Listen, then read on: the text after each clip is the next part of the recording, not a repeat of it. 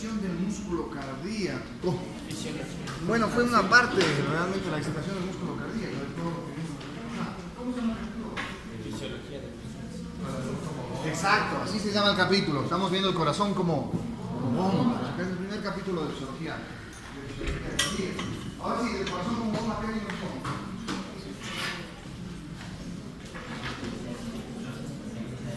¿Vale? Ya, si un tema y yo te digo bien. ¿Qué quieres hablar? Ya, vamos a potenciar la acción en la fibra cardíaca.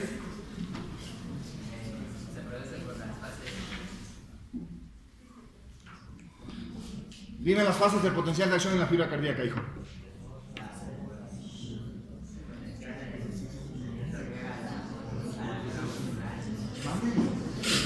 No, vamos con las fases del potencial de acción en la fibra cardíaca. No te des la vuelta, no me digas acoplamiento, situación, corrección. Dime las fases las comparamos, hijo. ¿Cuáles son las fases del potencial de acción? Ya, dale. ¿Cómo es la fase en el corazón? ¿Cómo son las fases, hijo? A ver, desde el principio, ¿cuál es la primera? Dale. Ya, despolarizamos. ¿Qué más? Meseta. ¿Qué más? No dice, se han estudiado, dice. Saben que hay una fase de despolarización temprana, ¿no es cierto? Luego tengo una fase de meseta, luego tengo una fase de repolarización. Ese es el potencial de acción en la fibra cardíaca. ¿Qué es diferencia del potencial de acción en el músculo cardíaco y en la fibra cardíaca? ¿Cuáles son las diferencias? El potencial de acción va a usar los canales de sodio y mientras que en el músculo cardíaco el potencial de acción va a abrir lo que son los canales de sodio mediados por voltaje y también la bomba de calcio y sodio. Ok, entonces la diferencia radica en que el potencial de acción en la fibra cardíaca es mucho más grande, ¿no? Dura más, los canales de potasio son más lentos en activarse, aquí se activan acá inmediatamente y aquí se demoran en activarse. Eso hace que dure mucho más tiempo.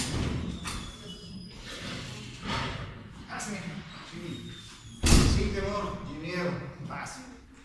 Ok, y entonces estas son las diferencias de los potenciales de acción de la fibra cardíaca y el resto de fibras del cuerpo, ¿verdad? Muy bien, pero no solo vimos eso, vimos la fisiológica del corazón. ¿Cómo está dada esa estructura ahí? Fisiológicamente el corazón se divide en ya, dale, un corazón derecho y un corazón izquierdo, cada uno tiene que. Exacto. ¿Qué divide el ventrículo de los sistemas arteriales? La simoide, la aórtica y la pulmonar. Entonces esta circulación y este hecho fisiológico me dan dos tipos de circulación también. ¿Qué son cuáles? La circulación sistémica y la circulación pulmonar, ¿no es cierto? La circulación sistémica que corre desde la aorta a través de todos los vasos sanguíneos regresando por los sistemas venosos hacia la aurícula izquierda, ¿verdad?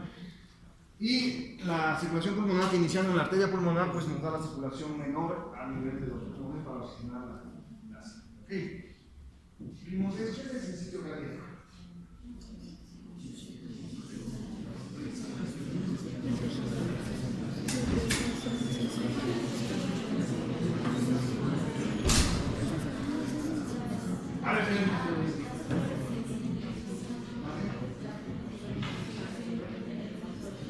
El sitio cardíaco es el músculo cardíaco, la estructura, el enrejado del músculo cardíaco, que se caracteriza por tener los discos intercalares. Son las membranas celulares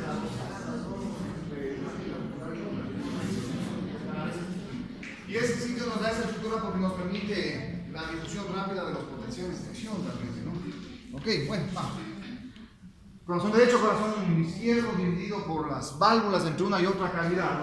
No, corazón derecho que tiene sangre venosa, el corazón izquierdo que trabaja con sangre arterial.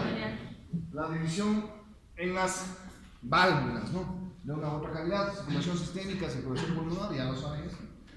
No se olviden en relación al tamaño del ventrículo izquierdo, el sitio cardíaco, que es lo que te estábamos preguntando en relación a cómo está el aventurado, de manera que cuando llega un potencial de acción, hace que se difunda rápidamente tanto en el músculo auricular cuanto en el músculo ventricular.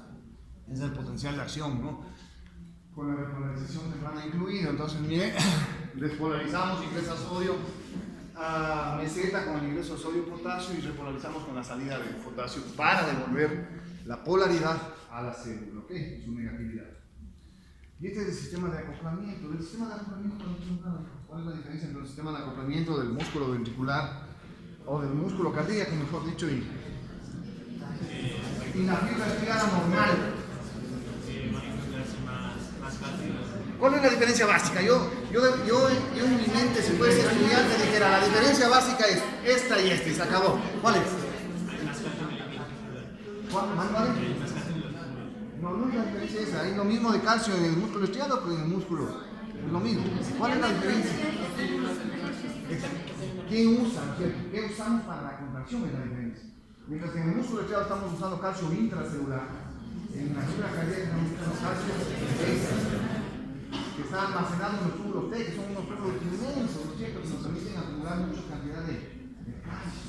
Entonces, la contracción en el músculo cardíaco depende de este calcio que va entrando a través de estos canales de calcio operados por voltaje que están en los túbulos transversos, los túbulos T, que son estos espacios en las impaginaciones de la membrana del músculo cardíaco, ¿verdad?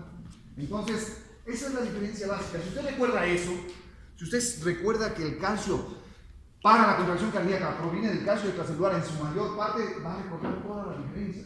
Por lo tanto, los retículos endoplasmáticos en el músculo cardíaco son más pequeños, el túbulo T en el músculo cardíaco es mucho más grande. Son las diferencias principales, ¿no es cierto? Muy bien. Ok. ¿Qué es el ciclo cardíaco?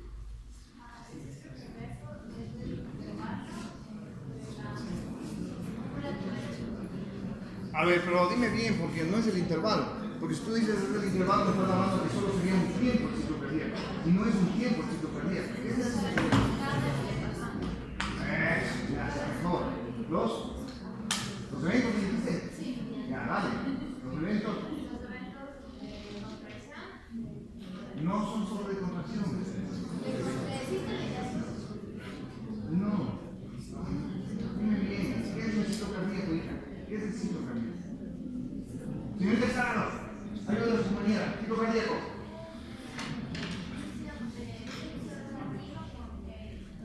En la otra más es un celular. Ay, ya. Tengan mucho cuidado de estar chateando o escribiendo en mis clases, ¿no? Su celular yo les permito que me graben hasta mis manos palabras sin ningún problema. Pero que yo les vea que están chateando o escribiendo acá, de la mitad me van a ver el lado realmente malo de mí, ¿cierto? Ya, yo sé que no, pero por si acaso les digo, vean que debe complicarse. Ok.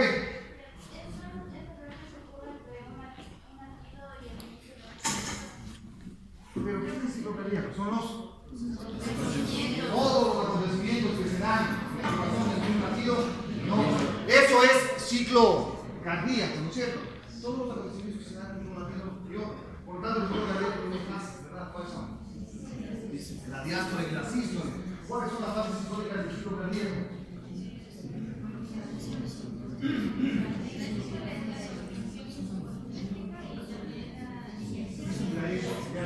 ¿Cuáles son las fases históricas del ciclo cardíaco?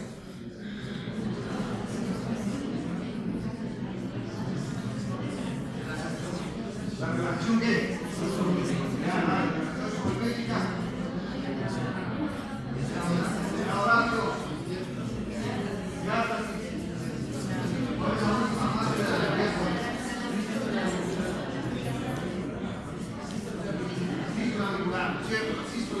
auricular. Ok, en eso nos habíamos quedado el día de ayer. Ahí está el Padre Nuestro, ¿no es cierto? ¿Qué inicia la sístole? ¿Qué inicia la sístole? ¿Cuál cierra la válvula de sodio-potasio? Exacto. El inicio de la sístole está marcado por el cierre de las válvulas auriculoventriculares, ¿no es cierto? El inicio de la diástole está marcado por por la contracción o cierre de la válvula aórtica, ¿no? Todo lo que pasa en el ciclo cardíaco ya debe estar clarito. El inicio de la diástole está marcado por el cierre de la válvula aórtica. Se cierra la aorta y comenzamos la diástole, ¿no es cierto? Cuya primera fase de la diástole es contracción isovolumétrica. De manera que nos quedamos en el nuestro, debemos saber lo que sigue después del nuestro. Ok. Muy bien, la clase del día de ayer nos habíamos quedado en la presión de curva ventricular. Solo para que recuerden la curva de presión ventricular en el ciclo cardíaco.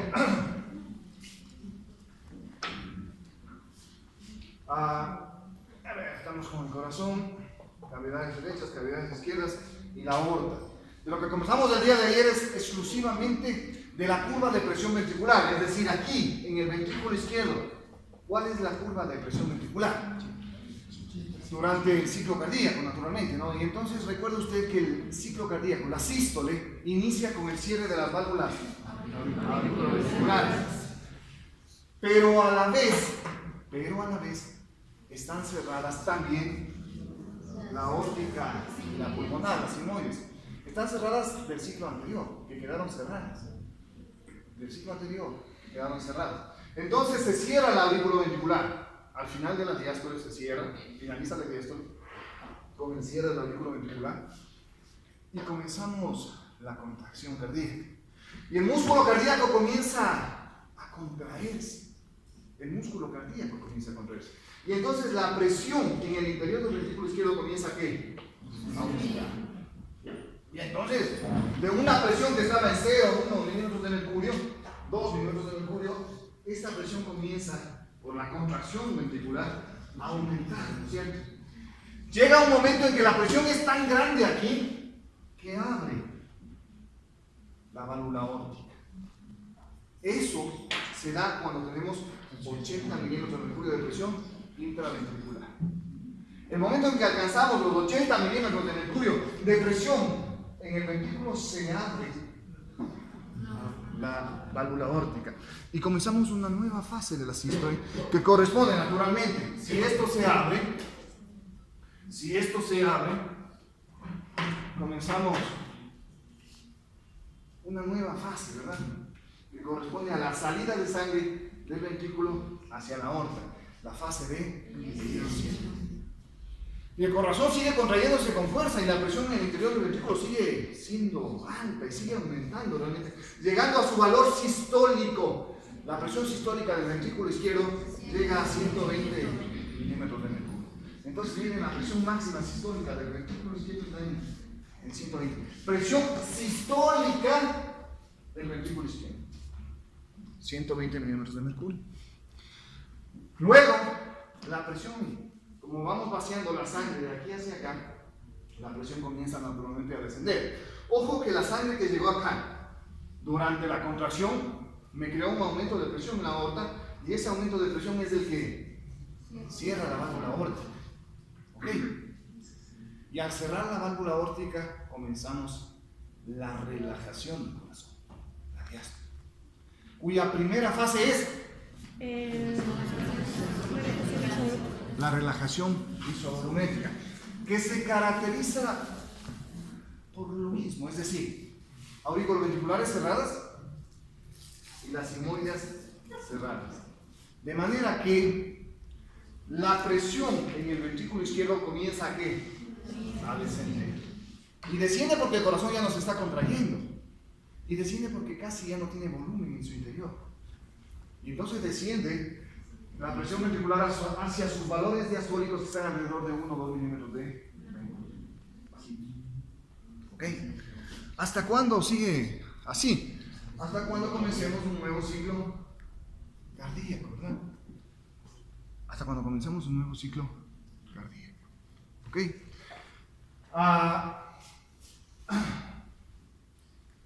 Note usted que la relajación isovolumétrica, que es la primera parte de la diástole, termina, esta relajación isovolumétrica, esta fase de la diástole, que es la fase inicial, termina cuando esta válvula se abre y comenzamos las fases de llenado. Comenzamos las fases de llenado, es decir, pasa la sangre de las aurículas hacia el ventrículo. Note usted también que esta válvula estaba cerrada durante la sístole. Y al estar cerrada, toda la sangre de retorno que venía de las venas pulmonares estaba acumulándose aquí. Esa sangre se estaba acumulando. Durante la sístole la sangre se llena en las aurículas. De manera que cuando se inicia las fases de llenado y se abre la aurícula ventricular, esta sangre acumulada en el aurículo pasa rápidamente y violentamente hacia los ventrículos. Estamos hablando de la fase de llenado rápido. Okay. Luego la sangre ya no retorna tanto de lo que estaba acumulado acá, sino retorna de las venas pulmonares y pasa al aurículo y pasa al ventrículo. Entonces estamos hablando de diástole. Y solo la parte final de la diástole, tiene que ver con la contracción de la aurícula. Solo la parte final tiene que ver con el llenado del ventrículo esencialmente. Y les he dicho que la sístole auricular solo aporta a un 20% del llenado ventricular. Es decir, que el 80% de sangre que ocupa mi ventrículo provino de la sangre acumulada en la aurícula o de la diástasis, de la sangre que viene por las venas pulmonares. Solo el 20% representa la contracción auricular. ¿Ok? De manera que así formamos la curva de presión ventricular con una sistólica de 120 y una diastólica que está en 1 o 2 milímetros de mercurio. No es de cero como trata de sugerir Ayton, ¿no? Siempre hay presión porque siempre hay volumen. ¿Okay? Muy bien. Esa es la curva de presión ventricular. Hablemos algo de la curva de presión aórtica, ¿no? Es decir, ahora hablemos de la presión aquí, en la arteria aórtica. Y entonces, al inicio de la eyección, esta válvula se abre. La eyección se marca su inicio por la apertura de la válvula aórtica. Y pasa la sangre durante la sístole por la contracción ventricular del ventrículo hacia la aorta. Prácticamente se crea una sola cavidad. Durante la sístole prácticamente estamos creando una sola cavidad entre el ventrículo y la aorta. De manera que la presión sistólica de la aorta es idéntica a la presión sistólica del ventrículo izquierdo. Esto quiere decir 120 milímetros de mercurio. Y nos vamos al gráfico y la presión sistólica de la aorta es similar a la presión sistólica del ventrículo izquierdo. 120 milímetros de mercurio. Las presiones son igual. Como ya hemos mencionado, esta presión aumentada, este volumen de presión aumentado hace que se cierre también a la vez la válvula aórtica. Y cuando se cierra la válvula aórtica terminó la fase de eyección. Y comenzamos la fase de diástole. Y la presión en la aorta, a diferencia de la presión en el ventrículo izquierdo, no desciende a valores bajos. ¿Okay? Mire usted que la presión en el ventrículo descendía y nos quedábamos en 1 o 2 milímetros de mercurio, porque en primer lugar el corazón dejaba de contraerse y en segundo lugar vaciaba la mayor cantidad de sangre del ventrículo hacia la aorta. Entonces no teníamos presión, que descendía la presión. En la aorta, ¿qué sucede? Llega la sangre durante la sístole, se cierra la válvula, pero esta sangre que llegó hacia la aorta no es vaciada durante la diástole. Mucha de esta sangre se queda porque tiene que ser distribuida. Y al quedarse sangre me va a dejar una presión permanente aquí. Y entonces la presión diastólica de la aorta solo llega a 80 milímetros de mercurio. Tal cual está en el gráfico. La presión diastólica de la curva de presión aórtica solo está en 80 milímetros de mercurio. De manera que cuando ustedes hablen de presión arterial, están hablando de una presión normal. ¿De qué valor están? ¿De qué valor? 120. ¿Valores históricos de cuánto? 120. ¿Y diastóricos de cuánto? 80. Si hubieras visto a Satanás. Ok, entonces yo tengo, no se olviden, las presiones normales de 120. Por esto estamos ahora usando. De manera que cuando le pregunten la presión normal, la abuelita, hijito, vos que ya sabes medicina, ¿cuánto es la presión normal? Hay que decir, abuelita, 120, 80, 120 es histórica y 80 de acuerdo, porque así está dado el hecho. ¿Okay? Hay una cosa en la curva de presión aórtica que deben ustedes tomar en cuenta.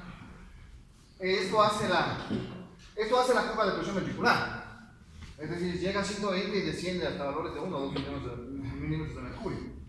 La curva de presión aórtica hace esto, ¿no? Llega a los 120 y desciende a 80.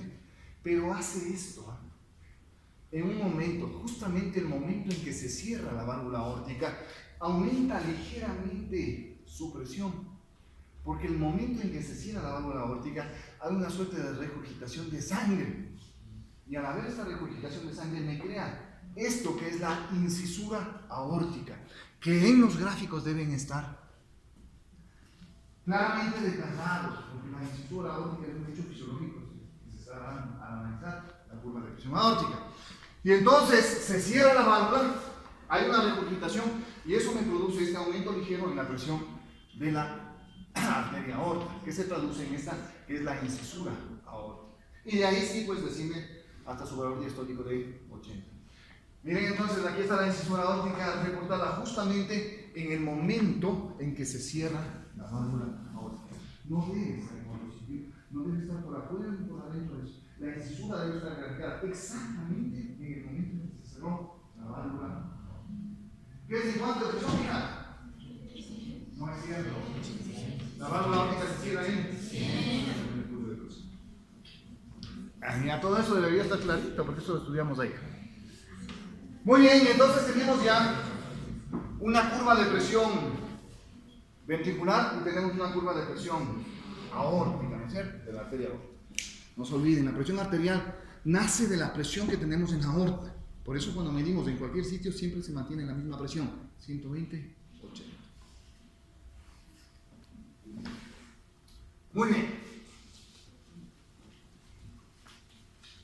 No se olvide de preguntar, Si no está claro algo, ya sale. No se olvide de preguntar, no se quede con vacíos. Por lo menos acá no.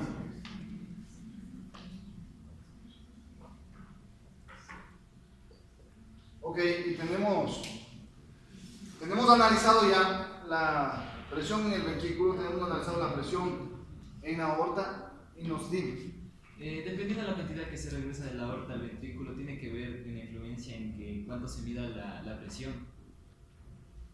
¿En cuánto se mida la presión? O sea, si hay una variación de 80 a 120 puede ser alta o baja dependiendo de esos rangos, según lo que se regresa a la sangre. No tanto porque lo que se regresa es muy poco, la regurgitación es mínima realmente, por eso hay una variación casi imperceptible en la incisura.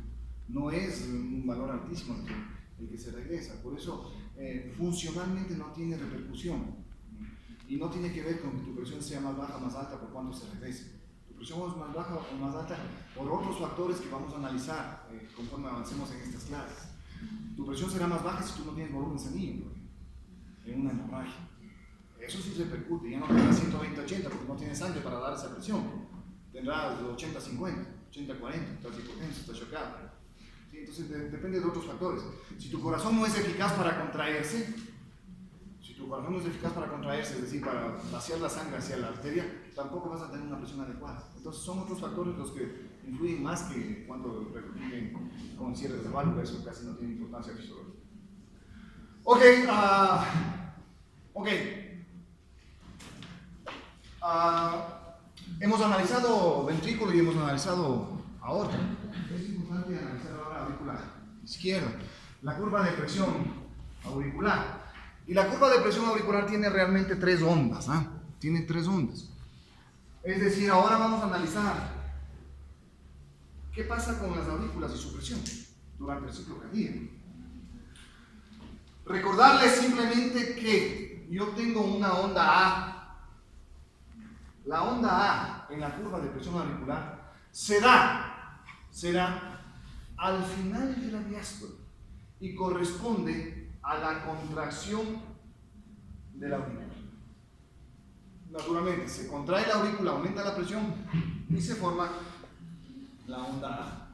¿En qué momento se contrae la aurícula? Pues en la sístole auricular. La sístole auricular, ¿en qué momento del ciclo cardíaco está? Aquí, al final de la diástole, sístole auricular, onda A.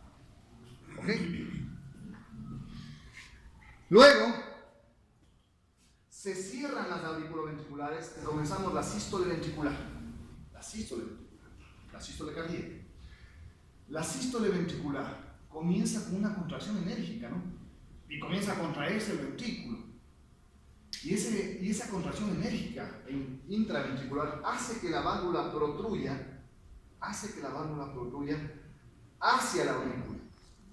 El momento en que protruye hacia la aurícula, aumenta la presión en la aurícula izquierda. Y ese aumento de presión en la aurícula izquierda se representa por la onda C. Entonces la onda C debe estar justamente al inicio de la sístole ventricular. Onda C al inicio de la sístole ventricular. Es por ese hecho fisiológico que nos aumenta por la protrusión de la válvula hacia las aurículas durante la sístole ventricular, durante la contracción del ventrículo. ¿Ok? Luego, ojo, que estas válvulas están cerradas, ¿no? Y la sangre les está llegando de las venas pulmonares hacia las aurículas. Y se está acumulando la sangre en las aurículas. La aurícula realmente se llena de sangre durante la sístole, porque ahí está cerrada la válvula. Y entonces se está acumulando la sangre aquí. Mientras el ventrículo está haciendo cualquier cosa durante la contracción, la aurícula se está llenando de sangre. Y al final de la sístole, cuando más sangre tiene aquí, si yo tengo más sangre aquí, necesariamente aumentaré mi presión intraauricular. Y eso se traduce en una onda que es la onda B, que se da justamente al final de la sístole. ¿Okay? Entonces tenemos la onda B al final de la sístole. Es por el llenado auricular. ¿Ok? Entonces las tres ondas que yo tengo son la onda A, la onda C y la onda B. La onda A se da por la contracción de la aurícula. La onda C se da por la contracción del ventrículo que produce compresión auricular y aumento en la presión intraauricular. Por lo tanto, se forma una onda de presión que es la onda C. Y finalmente la onda B se da por el llenado de sangre en la aurícula que se traduce en un aumento de presión y por lo tanto forma una onda que es la onda B que está al final de la sístole. ¿Ok? Que es la onda B. Estas son las curvas de presión auricular. Onda A, onda C, onda B. ¿Y sus valores son bajos? Así Bajitos. La presión de la aurícula, la presión sistólica, por ejemplo, de la aurícula izquierda, es decir, la presión durante la contracción auricular aumenta solo a 5 o 6 milímetros de mercurio, mientras que la diastólica cae a 1 o 2 milímetros de mercurio. Son presiones que fluctúan en valores muy bajos realmente, ¿no? Tal cual está acá, tal cual está en el gráfico, miren. Las presiones en la aurícula son muy bajitas, no llegan ni siquiera a 10 milímetros de mercurio. ¿Okay? Muy bien, vamos a la siguiente curva.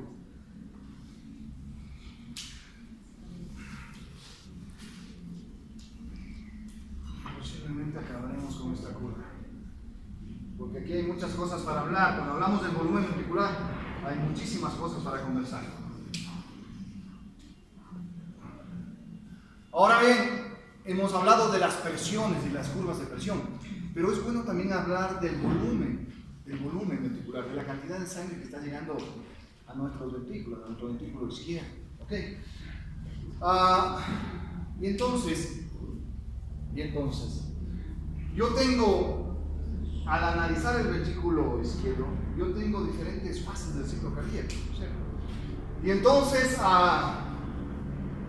durante la sístole se cierra la aurícula ventricular, comenzamos la fase de contracción y se abre la válvula aórtica. El momento en que se abre la válvula aórtica, comenzamos un periodo de eyección. En el periodo de eyección, esta válvula se abre y sale sangre del ventrículo hacia la aorta, vaciando la sangre que teníamos en el ventrículo hacia la aorta. Al final de la sístole, me va a quedar un pequeño volumen de sangre en el ventrículo, porque no se vacía todo el ventrículo. A ese volumen final de la sístole se le conoce como volumen telesistólico. En medicina, siempre que hablen de algo final, estarán hablando de tele. Es decir, un soplo telesistólico será al final de la sístole, un soplo que ustedes escucharon al final de la sístole. Aquí estamos hablando de volumen, estamos hablando de un volumen telesistólico. ¿Qué quiere decir? El volumen al final de la sístole. Entonces estamos hablando de esto, ¿no? El volumen telesistólico está alrededor de 50 ml. Quiere decir que después de la contracción, aquí, al final de la contracción apenas quedan 50 ml. Y comenzamos la relajación isovolumétrica. ¿Ok? Y en la relajación isovolumétrica, que se caracteriza porque aquí está cerrada la válvula y aquí también está cerrada la válvula, ¿cuál será la variación de volumen? ¿Cuál será la variación de volumen? Durante la relajación isovolumétrica no hay variación de volumen. De manera que si ustedes grafican para arriba o para abajo durante la relajación isovolumétrica, eso no es cierto, porque no hay variación de volumen. En relajación isovolumétrica, el volumen se mantiene constante, no hay variación. De manera que estamos en relajación isovolumétrica, mantenemos el volumen telesistólico. ¿Hasta cuándo? Hasta cuando se acabó la pachanga, ¿no es cierto? La fase de descanso, y se abre la aurícula ventricular. Y comenzamos a llenar de sangre. Ya saben, primerito, la sangre que estaba almacenada en la aurícula, llenado rápido, ¿no? Por eso se llama así, porque es una sangre que estaba acumulada y al abrirse la compuerta se va rápidamente hacia el ventrículo. Luego la diástasis, que es la sangre proveniente de las venas pulmonares. Y solo al final, la sístole auricular. Mire entonces cómo se llena la mayor parte en llenado rápido, en diástasis y en contracción auricular, en sístole auricular. Llegando al final de la diástole, cuyo volumen se conocerá como Diastólico. volumen Telediastólico. es el volumen telediastólico. Es decir, el volumen con el que se llenó mi ventrículo. El volumen final con el que se llena mi ventrículo después de las fases de llenado. Este volumen telediastólico está alrededor de 120, 130 ml. 120. ¿Okay? Es decir, que lo que me quedó después de la contracción, que fue 50, el ventrículo se va llenando hasta quedar en alrededor de 120 mililitros. 120 mililitros es lo que se llena nuestro corazón al final de la diástole. Luego comienza el periodo sistólico y pues ya saben el resto, ¿no? Se abre la aorta y comenzamos la eyección. ¿Ok? Aquí tenemos un volumen telediastólico con lo que se llenó de sangre en el corazón. Está alrededor de 120. Y luego comenzamos la sístole, cuando se cierra la aurícula ventricular. Pero nuevamente caemos en lo mismo de hace un momento. En la contracción isovolumétrica, que es la primera fase de la contracción, en la contracción isovolumétrica se cerraron las aurículas ventriculares y se mantienen aún cerradas las sigmoides. ¿Cuál será la variación de volumen en la contracción isovolumétrica? No hay. No hay, porque las válvulas están cerradas. Ojo, que en la contracción isovolumétrica y en la relajación isovolumétrica las válvulas están cerradas, y al estar cerradas no hay variación de volumen. No hay variación de volumen y no hay variación de volumen. Si dibujan para arriba o dibujan para abajo, fisiológicamente están en un error, porque no hay variación de volumen. No olviden eso. ¿Listo? Y entonces comenzamos nuevamente, ¿no? Volumen telesistólico, se acaba la sístole, llenamos el corazón, volumen telediastólico.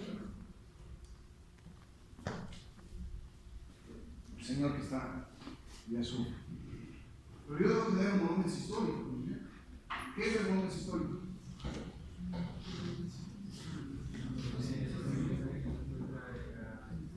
Porque yo tengo un volumen telediastólico, tengo un volumen telesistólico y debo tener un volumen sistólico. ¿Cuál es el volumen sistólico?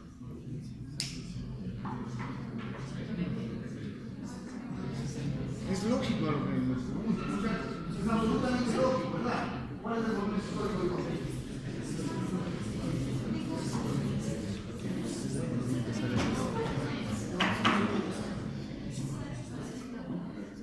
Y entonces, si yo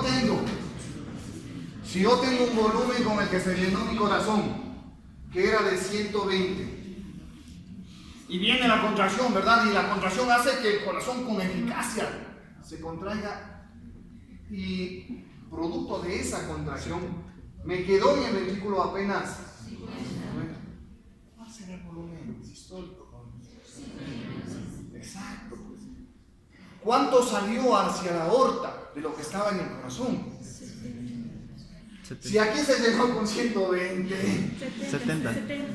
y se queda con 50, ¿cuánto saldrá hacia acá, jóvenes? 70. Ese es el volumen sistólico, el volumen de sangre que sale del ventrículo hacia la otra. Ese es el volumen sistólico. Ok, entonces yo tengo un volumen telesistólico, tengo un volumen telediastólico y tengo un volumen sistólico, que es la cantidad de sangre que sale de mi ventrículo hacia la aorta.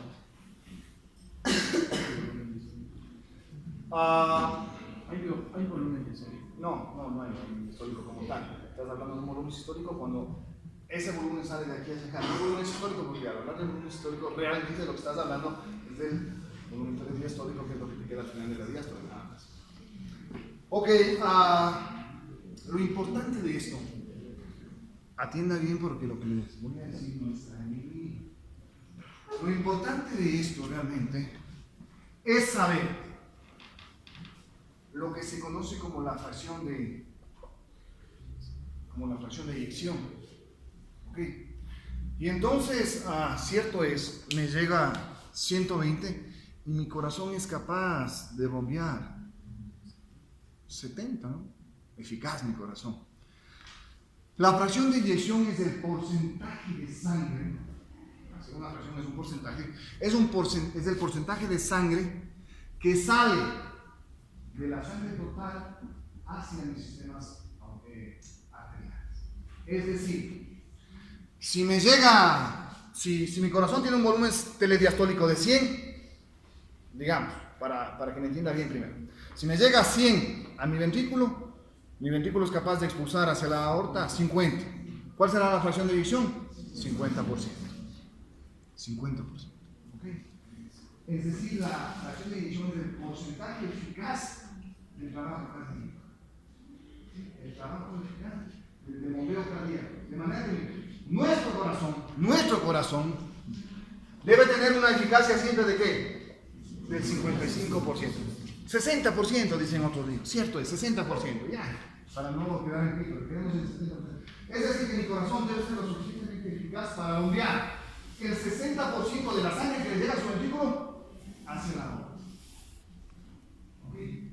Esa es la fracción de eyección. Esto es lo importante de conocer los volúmenes telediastólicos y telesistólicos. De manera que ahora, que ustedes ya saben lo que es la fracción de eyección, que no es más que la eficacia del bombeo cardíaco. La fracción de eyección marca la eficacia del bombeo cardíaco. Si un corazón es eficaz, bombea la sangre y el cerebro pasa la fracción de eyección. Nos quedamos en una fracción de eyección del 70-80% en algunos deportistas de élite, ¿no es cierto? Un corazón extremadamente eficaz, ¿no? Que al bombear su corazón es capaz de bombear el 80% de la sangre que le llegue. Okay. De 100 que les llegue, que más de 80 acá, imagínense ese flujo sanguíneo hacia los tejidos, ese gasto cardíaco, muy eficaz, ¿no? Entonces eso marca la fracción de eyección. De manera que ahora que ustedes vean el ecocardiograma de su abuelita, de su tía, del enfermo cardíaco, por Dios, vayan y lo pueden ver qué es fracción de eyección. Y la fracción de eyección les resume toda esa lata del ecocardiograma. Porque la fracción de eyección está marcando cuán eficaz es el corazón de esa persona. La fracción de eyección debe estar siempre sobre el 55%. Para hablar de que el corazón es normal. Pero de repente nos topamos con un infartado, ¿no? Con alguien que tiene insuficiencia cardíaca, con alguien que tiene problemas de valvulopatías, con alguien que tiene problemas de hipertensión crónica que nunca se trató, y el corazón comienza a dilatarse, ¿no? Y a agrandarse. Y mientras más se agranda, menos eficaz es para contraerse. Los corazón más grandote es, menos eficaz es para contraerse. Y entonces, ¿Por qué? ¿mande? ¿Por qué? Porque tienes más fibras para contraer y disminuyes la eficacia contráctil del corazón. Y mientras más te dilatas, no es que aumentes en general la masa cardíaca, lo que aumenta es el tamaño de la cavidad. Y una cavidad grandota, muy difícil de contraer. ¿Ok? Y entonces, nosotros nos topamos, sobre todo en pacientes cardiópatas, nos topamos con fracciones de eyección del 35%, del 40%. Nosotros, en un paciente cardiópata, un infartado de hace 6 meses, 8 meses, vemos lo primerito, un ecocardiograma. Tenemos que mandar un eco para saber cómo está la función de bomba del corazón, la función cardíaca. Y vemos fracción de eyección 40%, y uno dice, ese corazón no está ¿qué? No está haciendo su trabajo de manera eficaz. Está bombeando solo el 40% de lo que le llega. Es decir, tiene disminuida ¿qué? Su fracción de eyección. Porque todos sabemos ya que esa fracción de eyección está alrededor del 60%. Ay, es grave, sí es grave. Hay que entrar con mucho cuidado, no hay que deprimir a ese paciente, no hay que darle drogas que le depriman el corazón. Para eso nos sirve conocer fracción de eyección. Un paciente que tiene una fracción de eyección disminuida es muy difícil que pueda hacer un ejercicio intenso, por ejemplo. Y a esos pacientes que les llegue con esas condiciones, ustedes no le van a poder mandar a cortar a la cadena de 3 vueltas, le van a matar, ¿no es cierto? Porque cuando hacen ejercicio aumenta el gasto cardíaco y el corazón, como no tiene capacidad, le da muerte súbita, ¿verdad?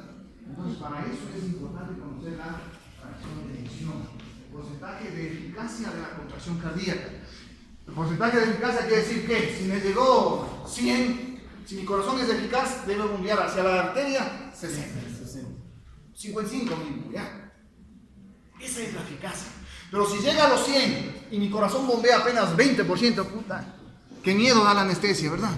Qué miedo tratarle a ese paciente, porque su corazón está extremadamente débil, no está contrayéndose adecuadamente. Para eso sirve conocer lo que es la fracción de eyección. Ahora sí, dale. ¿Cuál es el valor mínimo de una fracción de eyección para no morir? Para no morir. Verás, yo he visto fracciones de eyección hasta el 25% en pacientes que no hacen una actividad normal, pero por lo menos pueden caminar en la casa. ¿Sí? 25%, es decir, que de los 120 pueda bombear, qué sé yo, 120, el 25%, ¿cuánto es? Unos 20, unos 30 ml, ¿no es cierto?, de 120, que es una fracción de eyección mínima. Pero tú con fracciones de eyección de menos del 20% no vas a poder vivir. Es decir, yo nunca he visto pacientes con menos del 20%. La saturación de oxígeno igual también. Varía, pues varía. Si tú tienes menos flujo hacia los tejidos, la saturación de oxígeno disminuye naturalmente. No tienes un adecuado intercambio porque el corazón, cuando no se contrae adecuadamente, repercute hacia la circulación pulmonar, aumenta y te da hipertensión pulmonar por aumento de presión. ¿Sí? Note usted que cuando hay una obstrucción, un daño en las partes anteriores del corazón, si el corazón no bombea bien, ¿hacia dónde repercute? Hacia atrás. ¿Qué es hacia atrás del ventrículo izquierdo? La aurícula izquierda, de circulación pulmonar. El riesgo de los pacientes que tienen insuficiencia cardíaca siempre será que mueran de edema de pulmón, siempre, porque aumenta las presiones y más riesgo de que salga el líquido hacia el intersticio, edema de pulmón. ¿Ok? Ahora sí, tú ya me preguntaste. ¿Debe esto varían los deportistas? Varían los deportistas, por supuesto. Los deportistas tienen no una hipertrofia maligna, esa que es dilatada, que hace que el corazón sea inmenso, ¿no? El deportista aumenta con una hipertrofia normal para su ejercicio, ¿no es cierto? Entonces los deportistas hacen corazones lo que se conoce hipereficaces, ¿no? Es decir, un corazón que tiene una fracción de eyección sobre el 70%, de manera que lo que le llega, 70%, por su entrenamiento, ¿ok? Por su entrenamiento, y eso hace que sea más eficaz durante una competencia. Naturalmente, si tú tienes más gasto cardíaco, mejor te irá, porque tienes más aporte nutricional hacia los músculos que son los que realizan ejercicio, ¿ok? Muy bien, dígame, señorita. En un paro está en paro. O sea, realmente en un paro está en paro. Eso quiere decir que este corazón no está ¿qué? No está contrayéndose.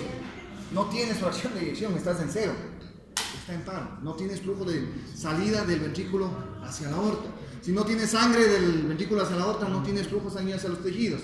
Si tú dejas que un paciente esté en paro 5 minutos es lo que dura la célula cerebral en vivir sin nutrientes. Si tú dejas que 5 minutos pase un paro sin hacer masaje cardíaco, es decir, ¿qué hace el masaje cardíaco? Hace lo que nuestro corazón hace. Estamos contrayendo el corazón. Por eso es que es importante en un paro inmediatamente hacer masaje cardíaco para evitar que haya daño cerebral. De manera que si tú estás en paro, pues no tengo corazón, no tengo bomba cardíaca, porque está en paro. ¿Qué tienes que hacer tú? Desde afuera, externamente, aplastar el corazón para que tengas gasto cardíaco, volumen sistólico. Y de esa manera evites la muerte cerebral. Ya te digo, si hay paro que no responde y no ha habido maniobras de resucitación en 5 minutos, la célula cerebral se daña. Por eso es que cuando para un paciente en el piso, por ejemplo, y no ha tenido un cuidado, y le reanima y el electroshock, y sale, el corazón sí sale, pues no. Pero luego hay que hacer un electroencefalograma, pues, para ver si es que no hay muerte cerebral. Porque el cerebro, nuestras neuronas, no pueden vivir más allá de 5 minutos sin flujo sanguíneo. Si pasamos de ese tiempo, va a haber muerte cerebral, y por más que ustedes resuciten, lo que están resucitando es una plantita, ¿no es cierto? Y ese paciente se convierte en candidato para donación de órganos. Que es bueno para otras personas, ¿no es cierto? Que es bueno para otras personas, pero un paciente, mire, usted tiene que saber diferenciar lo que es un estado de coma a un estado de muerte cerebral, ¿no es cierto? El estado de coma es un estado de inconsciencia que se mide por una escala de conciencia, que es la de Glasgow, ¿no es cierto? Menos de 8 en la escala de Glasgow, usted está en coma. Pero de ese coma usted puede regresar, porque usted tiene ondas en el electroencefalograma presentes, ¿no es cierto? Entonces, por eso es que les tenemos en coma 3, 4, 5 meses, porque no hay muerte cerebral. Pero es diferente la muerte cerebral. En la muerte cerebral hay muerte del cerebro, de la célula neuronal. De manera que usted haga lo que haga, el tiempo que haga, le lleva al chamán que le lleve, no va a volver a ¿qué? A haber transmisión nerviosa, ni va a haber despertar del paciente, porque tiene muerte neuronal. Esos son los pacientes que son candidatos para donación de órganos realmente, ¿no? A diferencia del paciente con coma. El paciente con coma le ponemos dar tratamiento, tener soporte, y después de unos meses despierta, ¿no? Y ahí el despertar, salió del coma, qué bueno, ya mejora, ¿no? Pero eso es diferente a la muerte. Por eso es que el electroencefalograma es mandatorio después de que un paciente ha hecho paro cardíaco, para saber si no hay daño cerebral irreversible, ¿verdad? Eso en relación a... ¿Por qué estoy hablando de eso? Cuando hay alguna anomalía en la aurícula, ya no se produce la curva de sístole auricular. No, pues ya cambias. Ya no presentas esa misma curva. Pues. Cuando hay una fibrilación auricular, la fibrilación auricular no presenta ondas. La fibrilación auricular hace esto, no tienes ni contracción auricular. ¿Qué pasa con la diástasis? ¿Aumenta o sigue siendo normal? ¿En qué? En la diástasis. Todo sigue igual. En el daño auricular todo sigue igual. Se llena aquí con el llenado rápido, sigue el diástasis, sigue el retorno. ¿Qué es lo que se ve afectado en el daño auricular? Solo la parte final de la diástasis. Por suerte representa un pequeño porcentaje de todo el llenado auricular. Ahorita me estaba hablando de la parte más importante del corazón, que es el corazón izquierdo, pero ¿qué pasa con la parte derecha? Trabaja de la misma manera que el corazón izquierdo, absolutamente de la misma manera que el corazón izquierdo, pero a diferente presión. Las cavidades derechas trabajan con presiones mucho más bajas. Y entonces, si tú hablas de que la presión del ventrículo izquierdo tiene una sistólica de 120, el ventrículo derecho apenas tiene de 25. Si tú hablas de que la arteria aorta tiene 120 de sistólica, la arteria pulmonar apenas tiene 25. El electrocardiograma se basa más en lo que es el corazón izquierdo. Izquierdo, siempre. El electrocardiograma, bueno, ya veremos, pero el electrocardiograma te marca la actividad eléctrica del corazón. Pero no solo ves la actividad eléctrica del corazón izquierdo, también lo ves cavidades derechas en ciertas derivaciones, en ciertas situaciones que ya veremos con tranquilidad cuando veamos cómo reconocer el crecimiento del ventrículo derecho. Ya veremos. ¿El software es de comunicación interauricular o Mande. el software? ¿Qué pasa con los soplos? ¿Qué quieres saber? ¿Comunicación interauricular o en qué? Es que el soplo te puede dar no solo la comunicación interauricular. La comunicación interauricular te va a dar un soplo. Un soplo porque hay una comunicación entre una cavidad izquierda y una derecha. Recuerde usted que la cavidad izquierda tiene más presión, por lo tanto la sangre va a pasar siempre de la izquierda hacia la derecha. Lo mismo que la comunicación interventricular. ¿Cuál tiene más presión? ¿El ventrículo izquierdo o el derecho? El izquierdo. La sangre va a hacer un shoot del ventrículo izquierdo hacia la derecha. ¿Ok? Y va a soplar. Vas a escuchar un durante los ruidos cardíacos. Y ya veremos, hay una clase solo para soplos. De todas maneras, no solo la comunicación interauricular te va a dar soplos, te va a dar la insuficiencia aórtica, la estenosis aórtica, la estenosis mitral, la insuficiencia mitral. Todas las válvulas cuando se dañan dan soplos. Más las comunicaciones interauriculares interventriculares, más la persistencia del conducto arterioso, que también te da un soplo. O sea, hay muchísimas razones para que un corazón haga soplos. Ya veremos en esa clase cómo distinguir un soplo de otro. La fracción de eyección, ¿cómo se calcula? O sea, en el sentido de qué examen o qué le hacen. Es un ecocardiograma, ¿no? Antes poníamos un catéter de Swan-Ganz. Cuando yo comencé a hacer cirugía cardíaca,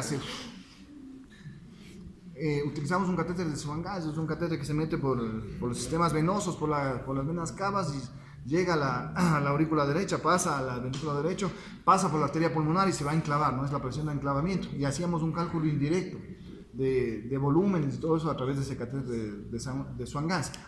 Eso se hacía antes, ahora no. Dios es una bendición para todo lo que es la medicina y todo lo que se ha ido inventando, ¿no? Y entonces ahora a través de un ecocardiograma, tú metes una sondita a través de la boca, vienes al esófago y desde el esófago haces un ecocardiograma y te mide ese ecocardiograma.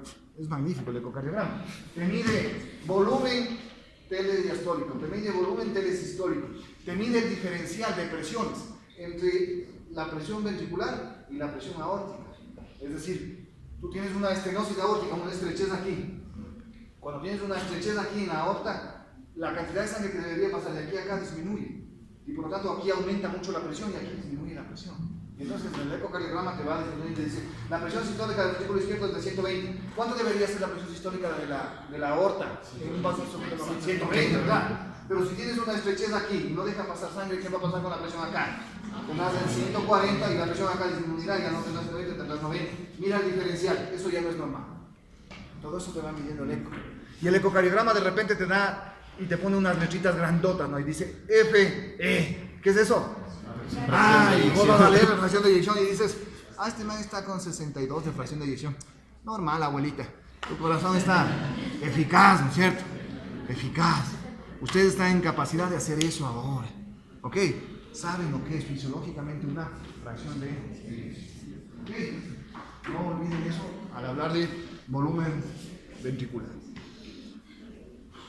Bueno, no me dieron chance de avanzar más. Dudas, señores. Vean que solo hemos estado analizando este gráfico ya 2 clases, ¿no? Dudas, señorita. Ya 2 clases. Dudas, viejo. Preguntas, viejo. Todo claro. Ahora sí, para la siguiente clase ya no hay ninguna excusa para saber dónde se cierran, dónde se abren las válvulas, dónde inicia un ciclo, dónde inicia otro. No hay ninguna excusa para saber ciclo. Nos vemos lunes o martes, yo me comunico con sus representantes.